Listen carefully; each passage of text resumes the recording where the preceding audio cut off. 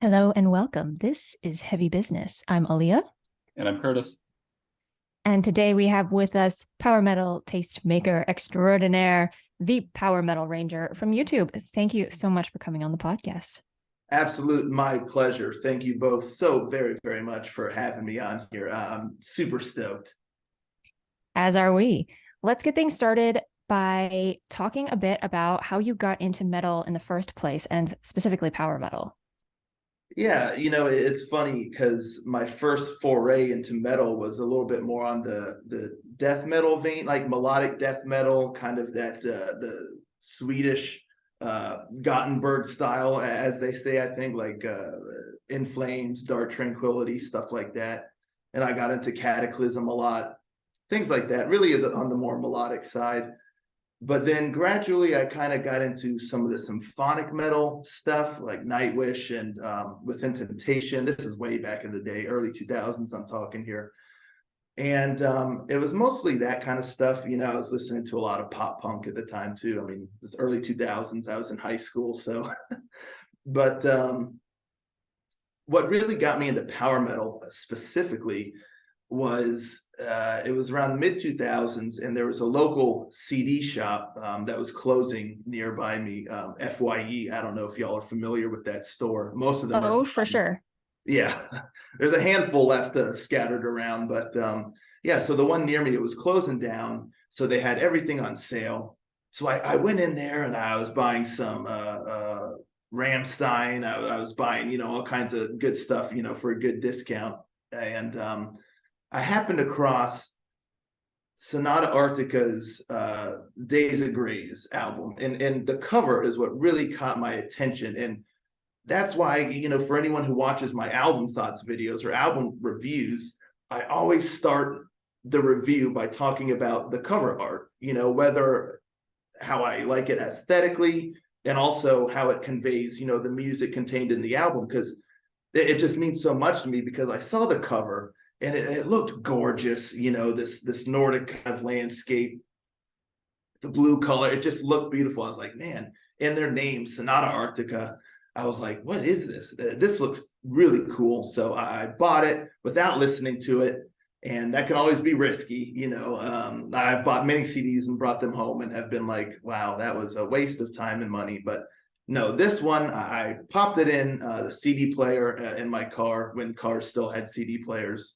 I actually had a truck, but mine still does. I made sure to buy one that has a CD player. Yeah. Gosh, yeah, I miss that, man. It stung the first time I went to the dealer and looked in the car, and I was like, oh wait, where's the CD player? And they laughed. They literally laughed at me. I was like, what? Well, that's like, rude. What? They're like, do you want an 8-track in there too? I was like, I didn't ask for an 8-track. Where's the CD player? What's going on? I used to have like that booklet that you put all your CDs in. I'd keep it stashed in the side. Yes, I had that too. Oh man, but it took me a while to get used to the whole MP3 thing, but then I got into that. But anywho, so I put that bad boy in there, and that was the beginning. I was like, wow, like, so this is power metal. I'd heard of power metal, but I always associated it with like just this really cheesy fantasy, which there is a lot, and I like all that too. But I don't know, it just kind of never drew me to it. But then Sonata is different, definitely from like that. Yeah, I heard that album, and that was pretty much it. After that, I went back. I bought their Sonata Arctica's first album, Ecliptica. Loved that. And then kind of from there got into Stradivarius, Blind Guardian, all the heavyweights, of the genre. And yeah, I haven't looked back since. So that was really what got me into power metal to begin with. It's really interesting. You kind of had the reverse experience that a lot of metalheads might have, where they might get into something like Nightwish first and then start exploring heavier music as they get, as they progress in the subculture. Mm-hmm.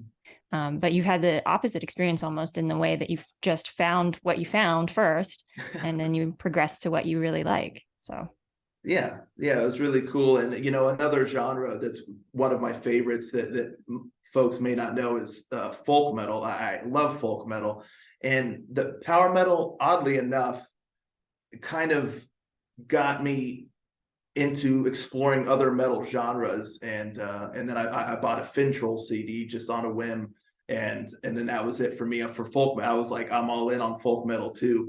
But power metal's my main, but folk metals is right there behind it. So Yeah. Um, so let's progress the conversation into talking about your YouTube channel. Now, yeah, your first video that is currently uploaded was from September 5th, 2021. So you've had your channel for just about a year and a half. yeah. What led you to starting a YouTube channel? What kind of possessed you to do this? You know, it's funny because, and I've heard a lot of reaction channels say this, that they don't like reaction channels, but they have a reaction channel. And I was never too big on reaction channels, but I did get into A&P Reacts. I still check out some of their videos, not as much as I used to, here and there now, but I started watching them because they feature some great songs. I was digging it, and they have a great dynamic, the two of them, father and Yeah, son. they do. Yes, They do. yeah, it's really cool. So got a kick out of them for a while, and I was discovering all this new music. But then I started realizing that there's not much covered in the way of power and symphonic metal. Yes, A&P Reacts and other metal reaction channels, I noticed they'll do them, but maybe 10% of the time. You know, a lot of it's death, black, metalcore, stuff like that. And, you know, power metal is my power and folk metal is really my thing as far as metal goes. So I was like, you know, what would be really cool is if there was like a reaction channel dedicated to power metal and symphonic metal.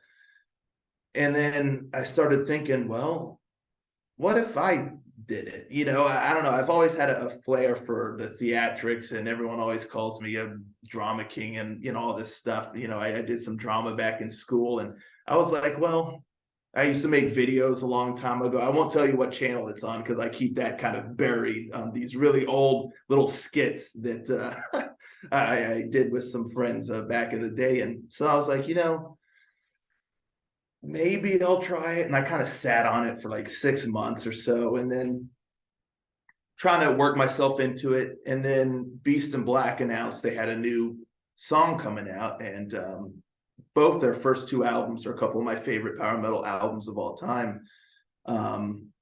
So I was like, well, now is as good a time as any, I reckon. I was like, Beast and Black is going to drop a new song. I don't have any real equipment or anything like that. Let me just sit down, film myself, react to this song, and, you know, just see how it goes. And so I started doing reactions. I started liking it, and things just really kind of progressed from there. And to be honest with you, when I first did that very first video, and I know it's only been a year and a half, but it feels like it's been a lot longer than that. But I never, ever, ever, ever, ever knew quite the journey that I was gonna be on, you know. And so, you know, I guess if I have any advice for anybody out there, no matter what it is that you're thinking about doing, but you're hesitant and you don't know how it'll go, or you can stop it at any time, whatever it is, a hobby or passion, just honestly, like, not to sound cliche, but just give it a shot, because you don't know how truly enriching or fulfilling it could end up being, even beyond um, what you initially thought. And so, yeah, my journey has taken me through so many things. You know, I've spoken to bands from all over the world now. I've made friends with bands that I'd listened to before starting the channel. You know, I talk to people on Instagram, and, you know, I even have some folks on WhatsApp. And, you know, bands have told me if I ever am in their country, hit them up and they'll give me a place to stay. It's just really insane. You know, it's really hard to fathom. And then just all the viewers, all the people that really enjoy what I do, and the community around it, because not only is it just me sitting there reacting to a song, but I found there's a lot of people that like having that space, who are also into the same power metal and stuff like that, going in and commenting. And I've seen friendships blossom between viewers that I have, just because they're frequent commenters, on my videos, and so they'll kind of have side conversations, and it's just really, really neat, how it's all become. I just never could have imagined. I want to jump in really quick, just Yeah. to ask you, so are you ever going to do anything other than power metal on the channel, or is it just going to solidly always going to be power metal Ranger, only as power metal? Pretty much, yeah. I mean, I do power metal, I do symphonic metal, and I also do melodic rock. Not as much. Yeah. One of the main reasons I do melodic rock, kind of 80s AOR style, also, is because I first of all, I like the genre a lot, and the band Brother Fire Tribe kind of got me into that genre, because they're kind of a fusion between that 80s melodic rock and power metal. And so I guess that's kind of what helped me see the bridge between the two, how there's really is some elements in a lot of the melodic rock that is in power metal. And you'll even see in a lot of the modern power metal bands that are cropping up, there's heavy melodic rock vibes infused within, like the power metal style. It's kind of become this kind of modern style. So I cover that as well. But as far as doing anything other than those genres, to be completely honest, I have dabbled with doing a spin-off folk metal Ranger, but I can't do it. I just do not have the time. This is a lot more time consuming doing this than a lot of people might realize, but so I just can't. And I've even thought about introducing like maybe a folk metal Friday, where I do folk metal video on Fridays, but then I was like, I've already seen how just doing this one video for Beast in Black has kind of spiraled into this ever-growing, time-consuming stuff. And so I was like, if I introduce that, I'll get folks who are into folk metal starting to see my channel, and they'll want more folk metal. I'll get requests for folk metal songs, and then bands. And I was like, it's better to just not start that. So I think it's just going to continue being what I do now. Fair enough. That makes sense. It keeps it more manageable for you. Yeah. You mentioned that video takes longer than people expect it to take. Can you kind of give us some insight into your process and how long it takes to make a video? Yeah, well, the reactions themselves don't take too terribly long, because they usually come out 10 to 15 minutes. It really depends. Some are shorter, some end up a smidge longer, but I've kind of it's taken some time to kind of, you get used to what you're doing after a while. So I kind of know now like how long I'm taking and this and that. Because at first I was really sometimes just going on, and when you're on camera and you're just talking about stuff, you don't realize how fast time is going.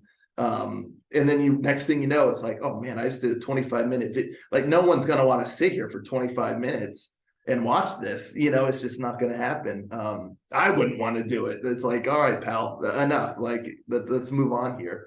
And I used to kind of repeat myself a lot. And so it's taken some time to get used to trying to be a little bit more concise and try not to repeat myself. I still do it sometimes, but not quite as much as I used to.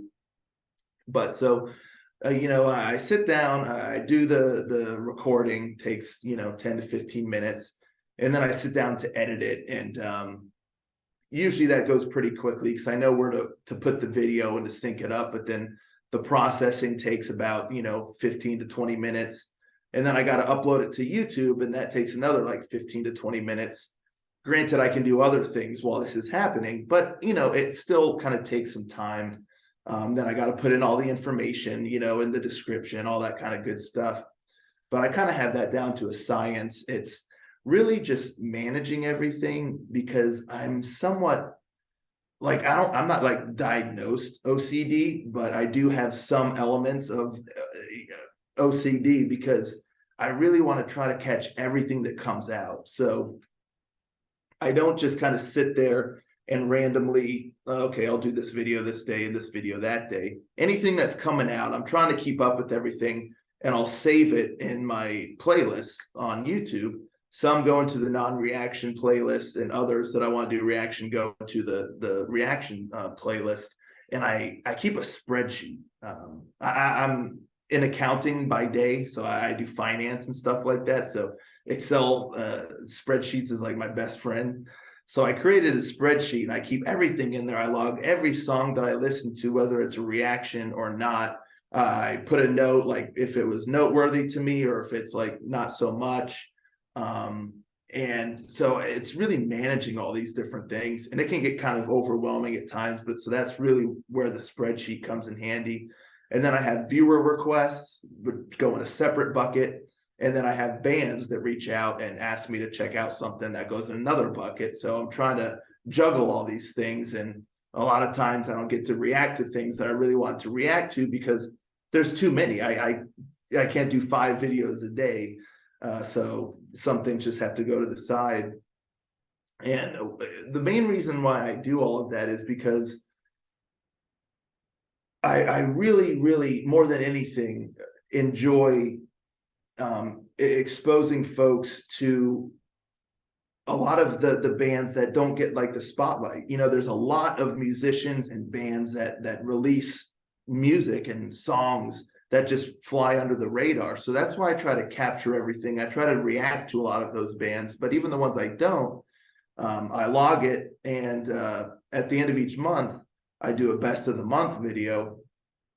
And in the description, I list all of the songs that I found noteworthy, the artist and the song, and then a link to their original video so that folks can go down and explore and see if there's anything they miss, see if a name jumps out at them, see if they want to go check that out, because that's what is the most important for me. And I used to, in my best of monthly, do my top 5 favorite songs and my top 5 favorite albums. But starting this year, I took out the top 5 favorite songs because it was just, I had to trim the fat a little bit. It was getting to be a little too much. And at the end of each month, I end up going back through and having to listen to 15 to 20 songs I flagged as possible best of the month, figure out which one's my favorite, this and that. So now I just put it all in the description and everything I found noteworthy, and folks can go check it out. And I just focus on the albums as far as like a top 5 kind of thing.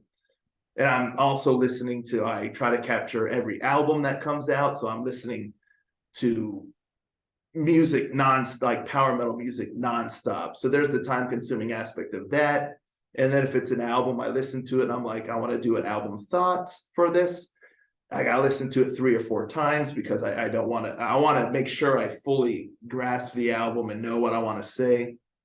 So those album thoughts videos can take a while.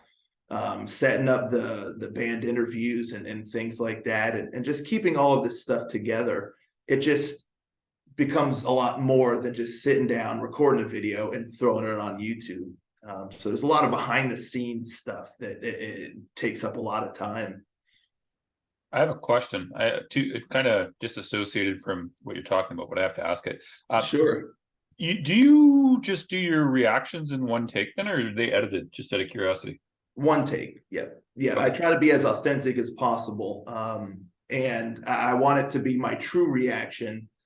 And so I feel like if I kind of cut it or, I don't write down scripts or anything like that. I literally just sit down, listen to the song and give my thoughts about it, and I tell folks sometimes it can be very difficult because on a first time listen, especially when I know I'm on camera and I'm just listening to the song, and to try to fully grasp the song and give my thoughts on it, I try to let people know this is my first impression, my very first, because I've had times, and to be honest, it doesn't happen super often, but sometimes I'll say maybe a song I didn't care for it so much because this and that. And then when I go to edit it and I listen to it again, I'm like, it kind of grew on me, or I noticed something different, or a song that I thought was amazing, and then I go to listen to it later and I'm like, I don't know, maybe I was just feeling really good that day and I just got amped. I don't know, and it wasn't quite as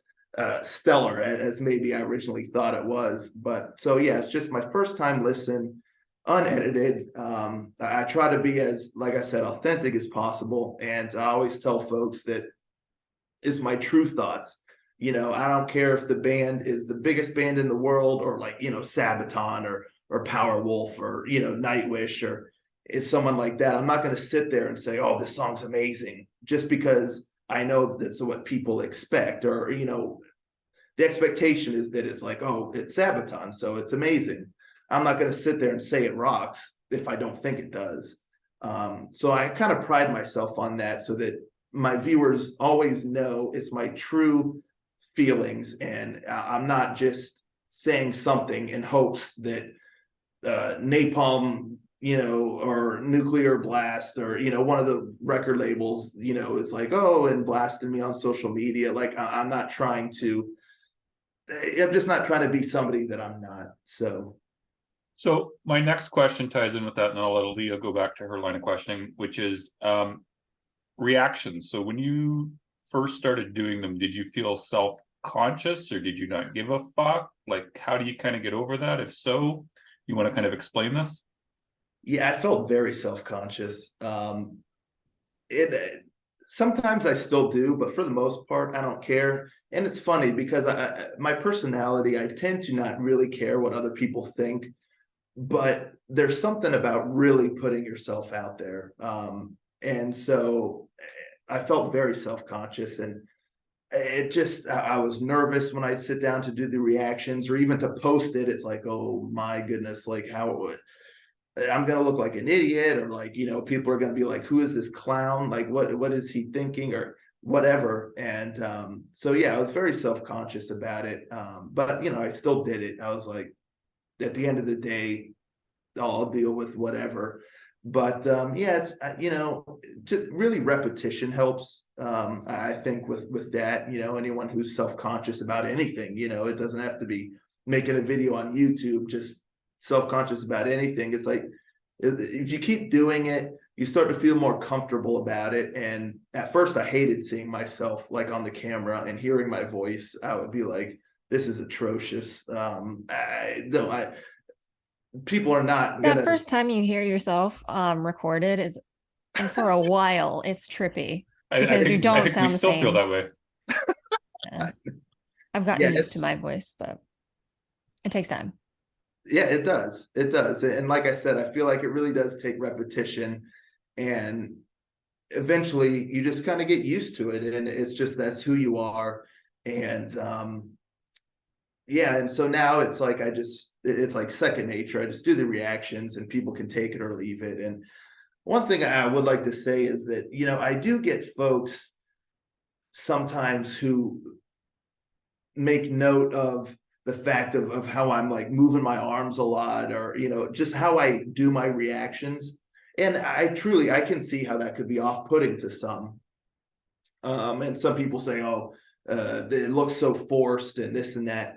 Again, I'm not trying to be someone that I'm not. I'm just going to act the way that I am. And I don't know if it's just my theatrical side or flair for the dramatic, but the way I see it is I'm on camera doing a reaction and I'm going to get into it, and so when I'm hearing the music, I'm this and that, or, moving my hands, or, lip syncing to the words when I'm really getting into it, things like that. And I've seen a lot of reaction folks who, and again, to each their own, everyone's got their own style, but a lot of them just kind of, they're bobbleheads and that's it. And again, that's fine, but for me, that's just not who I am. I can't sit still really, and so I get into it. I move my arms, I do this and that, or whatever. And so, yeah, sometimes folks are like, wow, what's up with all the hand motions, or, it looks so stupid. Most of those critics have never done a YouTube video either, so fuck them. There you go too. But yeah, at first it bothered me a little bit, but then I was like, I don't care. Like, it is what it is. And, they can take it or leave it, because no one, as far as I'm aware, now they could correct me if I'm wrong, but as far as I'm aware, no one has been like tied down to a chair and forced to watch my reaction videos. So you're choosing to watch. That we know.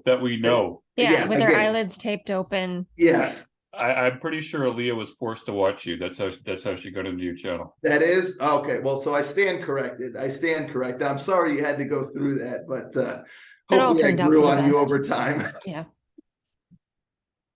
I'm But sorry. yeah, I threw us way off topic. I am so sorry, Aaliyah. No, this is all on topic. This is all relevant. Yeah. no, It's yeah, all good. so I guess just what I'm trying to say is, just for folks and whatever it is, just be yourself, be comfortable being yourself, and you'll always have people say something negative about the way that you are, and it's kind of the age old thing now in today's society with technology and computers, and people feel like I don't know, gladiators out here sitting behind their keyboard just dishing out jabs at you, and it's like get out of here. Like and to be honest, there's really no need for a negative comment. I don't think I've ever on a YouTube channel or on social media on someone's profile put something negative. Like if I'm watching a video and I think to myself, wow, this guy looks stupid, or I think what he's doing or she is doing is whack, I'll move on. Like, so if someone takes the time to sit there to put in like a negative comment towards you, they got an issue. They got an issue they need to address. And it's not you, it's them 100%, because it takes a special person to really sit there and be cruel to somebody when there's no need for it. So, Yeah, for sure. I want to take us back to the interview topic and ask you, how do you handle the interviews so that you make sure they stay interesting to the artists? At first, when I started, I feel like my first several interviews were kind of rough. They went well, but yeah, I wasn't used to it. But I would write down a list of questions, and I would kind of have it stashed up here so I could kind of glance at it and ask them and stuff like that. But I felt like it kind of was a little too regimented that way. So once I got a little more comfortable, I nixed that. I just go into it. I have standard questions, the usual main questions, of the outline of kind of what I want to ask and talk about.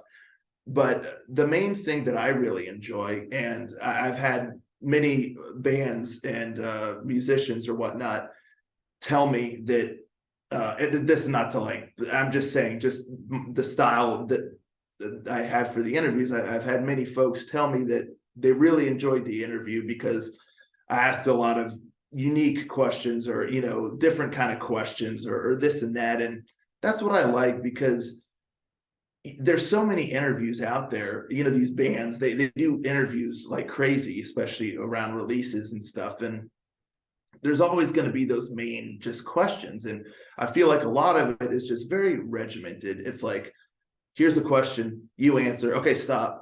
Here's the question, you answer, stop, or okay, good, I got you. Don't go off on a tangent. Here's the next question. It's just very I don't know, mechanical the way that it is. And so you could look anywhere and find a bunch of interviews that are just the same exact thing, the band. So what I try to do is kind of foster just conversation, and just a casual conversation. I even tell folks ahead of time, I'm like, yeah, I have some main questions to ask, but anything that y'all want to say or whatever. Sometimes we'll go off on tangents, or we'll get into, hobbies that they're in, or video games, or, something like that. And I think it's really important for people to see who these folks are as people, and not just as the band, and I find it the most fascinating to get to know these people, these musicians and these band members, and learn more about who they are as a person. And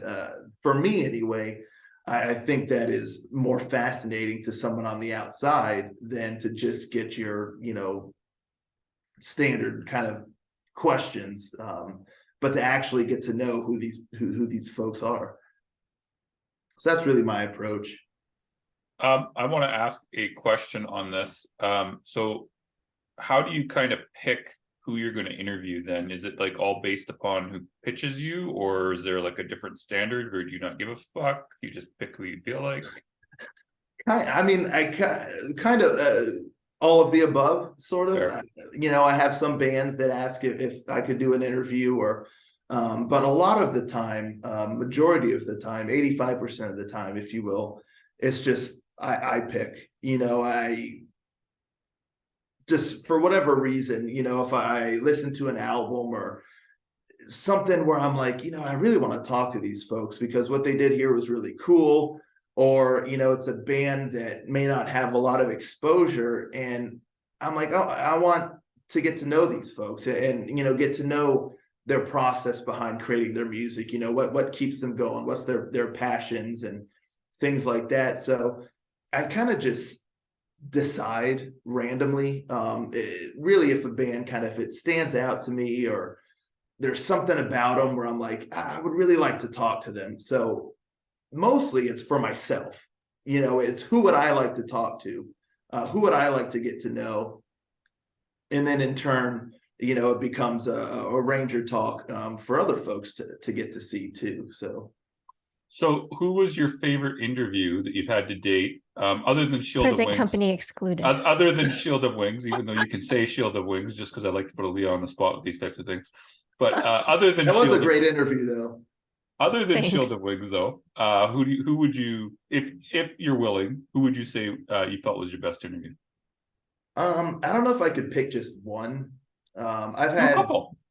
Yeah, I've had many that were just really fun. Some are more informative, some are more on the fun side. But one that comes to mind that I really had a blast with was Nick Daggers of Celestial Wizard. Really great guy. I don't know. I had a ball talking to him, and that's an interesting one because I actually had Scarlet Records reach out to me and ask if I would be willing to do an interview with them. And sometimes, to be honest, if I get like a label or a band reach out to me and I didn't make the decision myself to talk to a band or whatnot, I'll kind of be like, kind of begrudgingly. Yeah, I hate to say it, but it's just one of those things. No, you don't want to do okay. something you're told to do. I get it. Yeah, it's like That's I hadn't metal. planned for this, and so I was like, I don't like this as a PR. I do not like this conversation. I'm just going to say this. well, this is just me talking here, but He did it, one of Curtis. those. He did it. Yeah, this part is edited out, guys. Just kidding. I did do it. No, I did do it, and I always will. Just out of respect for whom, the label, the agency, the band. If someone takes the time to want to talk with me, who am I to say no? Like, that's the way I feel about it. It's like, of course, absolutely. That's why bands who ask me to check out a song of theirs, as long as it fits within the genres, I'm always like, absolutely, of course. It won't be right away, but I'm adding it to the list and I'll do it because I can't say no. What can I say? It's just. You may have to at some point as your channel grows. Learn to say no. I was just going to say you're going to regret this comment at some point. Well, no, I've thought long and hard about that, and I know the day may come for sure. But right now, at least, I can sleep well at night knowing that I don't have to turn anybody away.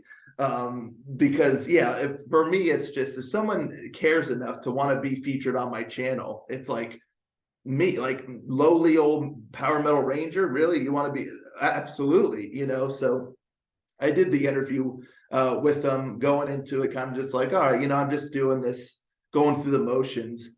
But it turned out to be one of my favorite interviews that I've done. Awesome. For sure. But there's been several that have just been amazing.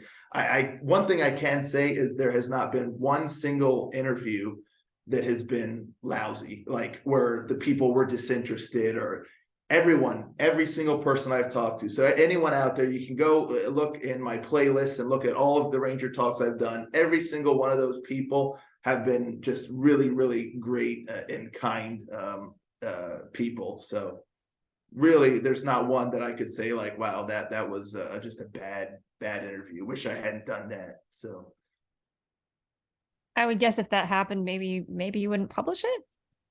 I don't mean, know. I guess it depends on how poorly it went, but I would probably publish it still. Again, out of respect of just the band and because Right in the time spent. I've Yeah, the I've time's forgotten to changing. hit record. Yeah, right. I'm not joking.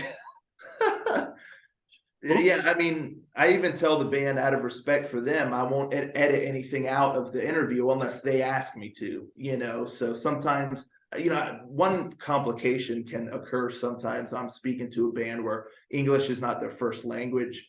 And so sometimes they need a few moments to kind of gather their thoughts and how to respond. And, you know, I'll edit that stuff out and, you know, they ask me to, or yeah, I've had a couple bands say, oh, hey, could you kind of trim this one portion out if they felt uncomfortable with maybe how they stumbled over their words or, you know, something where to me, it's no big deal. We're all human. Like, you know, I trip over my words all the time, but if someone's not comfortable with something in one of my interviews, I don't care what it is. If they ask me, would you please edit that? Of course, absolutely, 100%. But out of respect of the band, otherwise, I keep the whole thing in. Cool. Aaliyah, do we have time for one more question from me, or do you need to do? I was just gonna say I have the last question, but let's try and fit in two. Go ahead. Well, I had messaged you about this, but I don't think you saw it because I had asked you to do this. But I just want to quickly note. Yeah, I just saw your message about Okay, this. I just quickly because we don't have much time, if you can kind of go over the origin of the name Power Metal Ranger, because I'm sorry, when I first saw your name, I thought it was going to be like a G.I. Joe type animated type thing, but now I get it. When Aaliyah told me about your channel last year with Shield of Wings, Power Metal Ranger, I kept thinking of like, you know, like G.I. Joe type things, cartoons, and I was like watching, I was like, oh, I get it now. But can you go over this? I'm sorry if that offended you, but No, oh, please, not at all. I'm not easy to offend. I'll tell you that right off the bat. But yeah, you know, you're not far off because, and I thought about this a lot. You know, this was something also that took me time. Probably when I was thinking about making my channel, I was like, if I do it, I have got to have the right name. You know, for my own sake. You know, I felt like I was like, I got to do that. What the name is going to be so important. Like, I don't want to just be so and so reacts, or again, no disrespect. This is just my personal taste. I really wanted to have a name, a persona. So I was thinking about all kinds of stuff, and I was like, I should have power metal in the name just so people know what they're getting into. And, you know, so I was thinking about all kinds of stuff. And then all of a sudden it kind of hit me because I'm a big fan of, when I was a kid, I grew up watching the Mighty Morphin Power Rangers. no, I'm shocked Yes, to hear this. yes. And so to this day, I'm still a big fan. You know, I read some of the graphic novels, but the OG Mighty Morphin, not the crazy Thunder Dino Crisis Rangers or, you know, whatever. Just the Mighty Morphin variety. So when Power Metal Ranger hit me, I was like, boom. That it was kind of like a mic drop moment. It was like, that is it. Power Metal Ranger. So to pay homage to, or homage to, you know, Power Metal and Power Rangers, and it just stuck. That was that. So It does fit. Yeah. And it's good because you get your little slogans already like kind of somewhat made for you. So yeah, it worked out really well. yeah. That's another thing. If I may have just one moment, is that I really wanted to also kind of have like slogans or things that were unique to my channel, and they took off, you know. And so I guess I did a decent enough job just on creating something that's catchy and memorable, like the whole Rangers Go. You know, when I start the songs and stuff like that, is really caught on. I've even had bands message me when I whatever, they've sent me a nice message and put Rangers Go, and every time I see that, I'm just absolutely floored. I know the band Terra Atlantica, a little while back, they sent me a message on Instagram and ended it with Rangers Go, and I mean, that just warms my heart. I'd tell you, seeing that, I was like, that's the coolest thing ever. And then you, Aaliyah, on the when you sent me some sick loot, Shield of Wings loot, on your note, you put the Rangers Go, and I just, Hell yeah. It's just awesome. It's just awesome. So, and a lot of my viewers, they call themselves and one another the Rangers. They're the Rangers. We're all the power metal Rangers. So they'll say, oh, a fellow Ranger, this or that. It's just, again, I That's never would have. nice. It just is. It's so cool. It's just so cool. As simple as that. All right, final question. Final question. As primarily a reaction YouTuber, Mhm. what kind of music videos bore you the most? Um, And maybe we can end on a positive note after this. I guess this is kind of a negative note to end on. But just out of curiosity, which ones bore you the most? Or is there a style of music video that doesn't really excite you? it's funny you say that because I guess I don't really get too bored with music videos.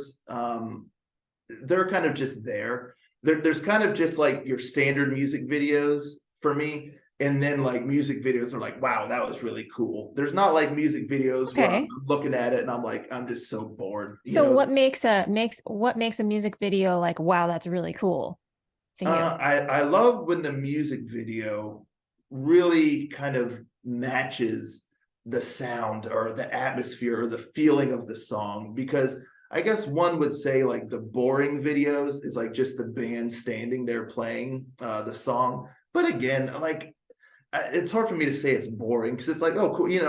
I'm getting to see them play the music and they're usually kind of into it. Although I guess the most Usually, boring kind of. I've seen where the band members almost look disinterested. That's kind of weird. I guess that kind of rubs off like kind of like, I don't know. I guess that would be the worst kind that I could say, is when the band's just there playing and no one's like into it. They're just kind of there playing. Then it's kind of like, that's dull. But as far as like the good videos go, again, it doesn't need to be a big budget or anything, but when there's just a cool feeling or atmosphere about it, that kind of matches the song, and you can always tell when the band is passionate about what they're doing and making the video. And again, even if it's super low budget, it's endearing. It's like they're out there like doing this stuff. They got this cool cosplay stuff going on. They're kind of walking through these hallways like it's they're trekking across the lands like they're in Middle Earth, or even though you can see like fences, like a neighborhood like off to the side, or but it's like there's something to be. It's charming. It's cool. So that's really what I like, is when they really kind of try to match the video to the feeling and the mood of the song. That's what I dig the most. The two styles of art, the music and the visual kind of combining as one. It's just awesome. Perfect. And perfect note to wrap this up on. Thank you so much for coming on the podcast. This is a great conversation. I learned a lot, and I hope that everyone listening did too. Thank you so much. I really, really cannot thank you all enough for having me. This truly was a blast. So yeah, thank you. You're most welcome. And everyone listening, until next time, make like a bull and throw those horns up.